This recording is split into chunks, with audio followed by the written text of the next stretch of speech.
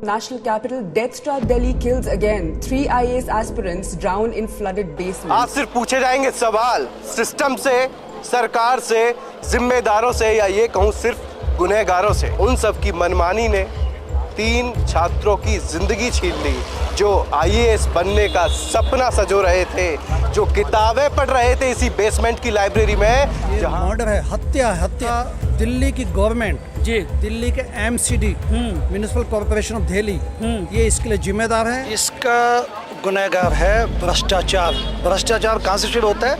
अधिकारियों से, MLAs, municipal councillors, MLAs, MP, सब जगह। ओल्ड राजेंद्र नगर में राउस आईएएस कोचिंग सर्कल के बेसमेंट में जो हादसा हुआ, जिसमें 3 छात्रों की यूपीएससी एस्पिरेंट्स की मौत हो गई, जिसको हम मौत नहीं कहते, हम इसको एक प्लान्ड मर्डर बोलते हैं। मर्डर।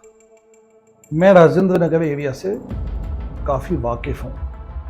न केवल वहाँ पर कोचिंग सेंटर्स मशरूम्स की तरह, कुकर मुत्ते की तरह फैल गए हैं बिना किसी प्रॉपर प्लानिंग के, और वहाँ पर बेसमेंट्स में इस किस्म के वायलेशंस हुए हैं कि जिसमें लाइब्रेरीज चल रही हैं।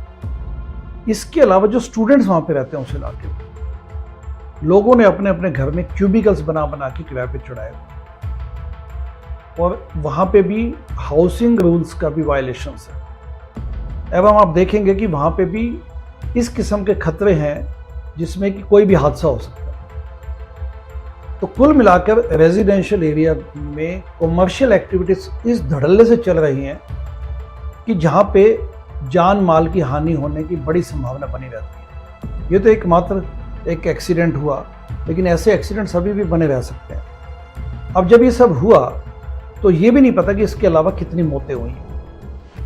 फिर एमसीडी की जो मेयर है शैली ओबराय, एमसीडी की मेयर शैली ओबराय, दिल्ली का सीएम केजरीवाल जो कि जेल में है इस वक्त, ये अपनी जिम्मेदारियों से इन्होंने काइंड ऑफ अपने आप को हटा लिया वहाँ से, और आरोप प्रत्यारोप की राजनीति में घुस गया। बीजेपी भी इसमें अपना स्टैंड क्लियर करने को तैयार नहीं है, क्योंकि बीजेपी की भी 7 एमपीज सांसद दिल्ली के हैं। तो इसमें लीपापोती करने के लिए एमसीडी के डिप्टी कमिश्नर को एवं 2 अभियंताओं को, 2 इंजीनियर्स को सस्पेंड कर दिया गया। लेकिन क्या यह मात्र काफ़ी है? नहीं। इसके लिए जिम्मेदारी, जवाबदेही एवं कल्पेबिलिटी के सिद्धांतों को ध्यान में रखते हुए कोई एक्शंस तो लिए नहीं गए। इसके अलावा एमसीडी की जो मेयर हैं शैली ओबराय, उन पे क्रिमिनल नेग्लिजेंस और सीएम केजरीवाल पे क्रिमिनल नेग्लिजेंस को ध्यान में रखते हुए उनके खिलाफ केसेस बुक किए जाने चाहिए।